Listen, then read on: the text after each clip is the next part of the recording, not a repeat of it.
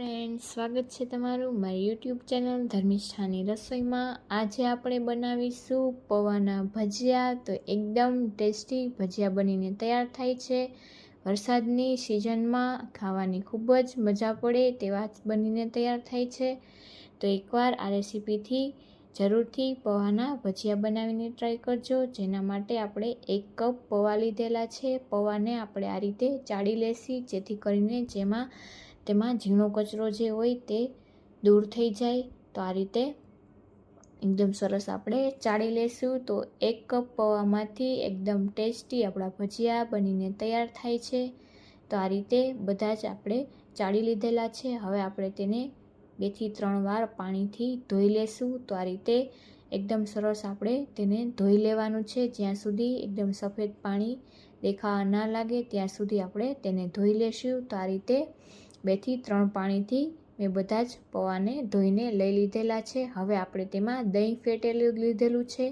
તો આપણે 4 ચમચી જેટલું દહીં લીધેલું છે, તેને ઉમેરી દઈશું અને ત્યારબાદ આપણે 4 ચમચી જેટલું પાણી ઉમેરી દઈશું। તો આપણે બંને સરખું લીધેલું છે।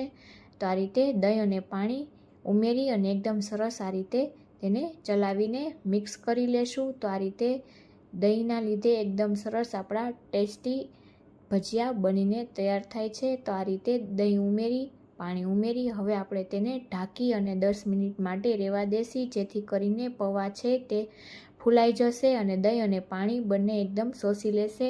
તો તમે જોઈ શકો છો કે 10 જ મિનિટમાં એકદમ સરસ છે આપણા પૌવા ફૂલાઈને તૈયાર થઈ ગયા છે। હવે આપણે તેમાં મરચાં ઉમેરી દઈશી। તો 2 નંગ મેં મરચાંને ઝીણા સમારીને લીધેલા છે, તમે પેસ્ટ પણ ઉમેરી શકો છો। ત્યારબાદ આપણે આદુને ખમણી લીધેલું છે, એક નાનો ટુકડો આદુનો, તેને ઉમેરી દઈશું અને આ રીતે બંને વસ્તુ ઉમેરી ત્યારબાદ આપણે તેમાં ડુંગળી ઉમેરીશું। તો 2 નંગ ડુંગળીને પણ મેં ઝીણી સમારીને લીધેલી છે, તે ઉમેરી દઈશું।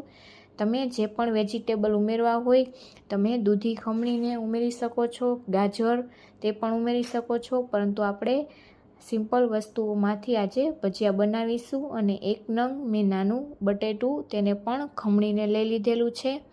તો આ રીતે બધી જ વસ્તુ ઉમેરીને બનાવવાથી ખૂબ જ ટેસ્ટી ભજીયા બનીને તૈયાર થઈ જાય છે। હવે આપણે થોડા લીલા ધાણાને આ રીતે ધોઈને તેને પણ ઉમેરી દઈશું। તો આ રીતે આપણે સિમ્પલ મસાલા અને સિમ્પલ વસ્તુથી એકદમ ટેસ્ટી ભજીયા બનાવીશું। તો આ રીતે આપણે તેમાં 1/4 ચમચી જેટલી હળદર ઉમેરી દઈશું। ત્યારબાદ 1/4 ચમચી જેટલો ગરમ મસાલો ઉમેરી દઈશું। ત્યારબાદ આપણે તેમાં મરચું પાવડર ઉમેરીશું। તો તે પણ આપણે 1/4 ચમચી જેટલું ઉમેરી દઈશું અને 1/4 ચમચી જેટલો આપણે આમચૂર પાવડર ઉમેરી દઈશું। તેની જગ્યાએ તમે ચાટ મસાલો પણ ઉમેરી શકો કે તમે લીંબુનો રસ પણ ઉમેરી શકો। ત્યારબાદ આપણે ટેસ્ટ મુજબ મીઠું ઉમેરી દઈશું। તો આ રીતે બધી જ વસ્તુ ઉમેરી હવે આપણે તેમાં ચણાનો લોટ ઉમેરીશું। તો તે આપણે પહેલાં આ રીતે 5 ચમચી જેટલો ઉમેરી દઈશું અને ત્યારબાદ મિક્સ કરી લેશું અને જરૂર પડે તો આપણે વધારે લોટ ઉમેરીશું। તો આ રીતે પહેલાં આપણે 5 ચમચી જેટલો ઉમેરી અને પાણી આપણે ઉમેરવાનું નથી, એકદમ સરસ આ રીતે મિક્સ કરી લેશું, કેમ કે બટેટા અને ડુંગળી બંને છે તે તેનું પાણી છોડશે, જેના લીધે જો જરૂર લાગે તો જ પાણી ઉમેરવાનું, પરંતુ પાણીની જરૂર નહીં પડે। આ રીતે ઉમેરી એકદમ સરસ બધી જ વસ્તુને મિક્સ કરી લેવાની। તો જો તમને ઢીલું લાગે તો તમારે થોડો ચણાનો લોટ ઉમેરવાનો। ચણાનો લોટ છે તે આપણે બાઇન્ડિંગ પૂરતો જ ઉમેરવાનો છે, એકદમ વધારે પડતો ચણાનો લોટ નથી ઉમેરવાનો। જો વધારે ઉમેરીશું તો આપણા ભજીયામાં છે તે ટેસ્ટ છે તે તેનો જ આવ્યા રાખશે। આ રીતે બધી જ આપણે જે પૌવાનો અને બધી જ શાકભાજીનો ટેસ્ટ નહીં આવે। તો આ રીતે હજુ આપણે થોડું બેટર છે તે ઢીલું લાગે છે, તો આ રીતે આપણે 2 ચમચી જેટલો લોટ ફરીથી ઉમેરી અને એકદમ સરસ મિક્સ કરી લેશું। તો એકદમ સરસ આપણું બેટર છે તે બનીને ભજીયા માટેનું તૈયાર થઈ જશે। તો આપણે સાવ પતલું પણ નથી રાખવાનું અને વધારે ઘાટું પણ નહીં, એ આ રીતનું આપણે તૈયાર કરી લેવાનું છે બેટર, આ રીતનું હોવું જોઈએ। તો હવે આપણે 1 ચમચી ગરમ તેલમાં ચપટી જેટલી હિંગ ઉમેરી દઈશું અને 1 નાની ચમચી જેટલા આપણે સફેદ તલ ઉમેરી દઈશું, જેનો ટેસ્ટ છે તે ખૂબ જ સરસ ભજીયામાં આવે છે। તો એકવાર આ રીતે જરૂરથી ટ્રાય કરજો। હવે આપણે વઘારને ઉમેરી દઈશું।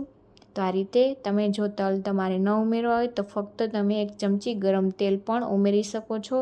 તો આ રીતે બધું જ એકદમ સરસ મિક્સ કરી લેશું અને સાથે જ આપણે તેલને ગરમ થવા માટે મૂકેલું હતું। તેલ ગરમ થઈ જાય ત્યારબાદ આપણે ભજીયાને આ રીતે ઉમેરી દઈશું। તો આપણે પહેલાં આ રીતે તેલ એકદમ સરસ ગરમ થવા દઈશું, ત્યારબાદ આપણે ફ્લેમ છે તે મીડિયમ કરી નાખશું અને ત્યારબાદ આપણે ભજીયાને તળીશું। તો એકદમ આપણે હાઈ ફ્લેમ પર નથી તળવાના। જો હાઈ ફ્લેમ પર આપણે તળીશું તો બહારથી ક્રિસ્પી થઈ જશે અને અંદરથી એકદમ સરસ બનીને નહીં તૈયાર થાય, પોચા એકદમ નહીં બને અને અંદરથી કાચા પણ રહેશે। તો આપણે ફ્લેમ છે તે મીડિયમ કરી નાખવાની અને આપણે ભજીયાને આ રીતે એકવારમાં જેટલા આવશે તેટલા ઉમેરી દઈશું અને તેને આપણે થોડી વાર માટે તેની રીતે જ થવા દઈશું। થોડા થઈ જાય ત્યારબાદ આપણે તેની સાઈડ ચેન્જ કરીશું। તો આ રીતે 2 મિનિટ જેવું આપણે તેને થવા દેવાનું છે તેની જાતે જ। ત્યારબાદ તેલમાં થોડા ઉપર આવે ત્યારબાદ આપણે તેની સાઈડ ચેન્જ કરી લેશું। તો સાંજ માટે એકદમ આપણો ટેસ્ટી નાસ્તો બનીને તૈયાર થઈ જાય છે। તો તમે એકવાર આ રીતે પૌંઆના ભજીયા જરૂરથી બનાવીને ટ્રાય કરજો। તો આ રીતે આપણે તેને બીજી સાઈડ આ રીતે સાઈડ ચેન્જ કરી અને તેને આ રીતે એકદમ સરસ તળી લેશું।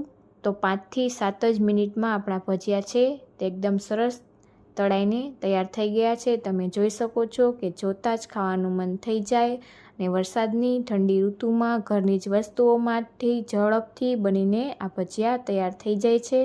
તો હવે આપણે તેલ નિતારી અને બધા જ ભજીયાને પ્લેટમાં લઈ લેશું અને એ જ રીતે આપણે બીજી બેચ પણ તળીને તૈયાર કરી લેશું। તો આ રીતે આપણે બીજા પણ ઉમેરી દઈશું અને ઉમેર્યા બાદ તેને પણ મીડિયમ ગેસની ફ્લેમ પર આપણે તળી લેશું। તો આ બેટરને તમે સવારે તૈયાર કરીને રાખી શકો છો અને સાંજે તમે આ રીતે ચા સાથે ગરમા ગરમ ભજીયા આ રીતે બનાવીને ખાઈ શકો છો। તો એકદમ ઝડપથી ટેસ્ટી એવા ભજીયા બનીને તૈયાર થઈ જાય છે। તો તમને મારી આ રેસીપી કેવી લાગી તે કોમેન્ટમાં જણાવવાનું ભૂલતા નહીં અને કોને જોતાં જ ખાવાનું મન થઈ ગયું તે પણ જરૂરથી જણાવજો। તો આ રીતે આપણે બીજી બેચ પણ એકદમ સરસ તળીને તૈયાર કરી લેશું। તો તેને પણ આપણે પહેલાં ટચ કર્યા વગર આ રીતે થવા દીધેલું ને આ રીતે તેની સાઈડ ચેન્જ કરી અને આપણે તળી લેશું। તેની સાથે મરચાંને પણ આપણે તળી લેશું। તો આ રીતે બધા જ ભજીયા છે તે ઝડપથી બનીને તૈયાર થઈ જાય છે અને તેમાં ઉમેરેલા તલના લીધે તેનો ટેસ્ટ પણ સરસ આવશે। તો આ રીતે બધા જ ભજીયાને આપણે તળીને પ્લેટમાં લઈ લેશું। તો એકદમ સરસ આપણા કલરમાં પણ એકદમ સરસ બનીને તૈયાર થયા છે અને તેટલા જ બહારથી ક્રિસ્પી અને અંદરથી એકદમ પોચા બનીને તૈયાર થઈ ગયા છે।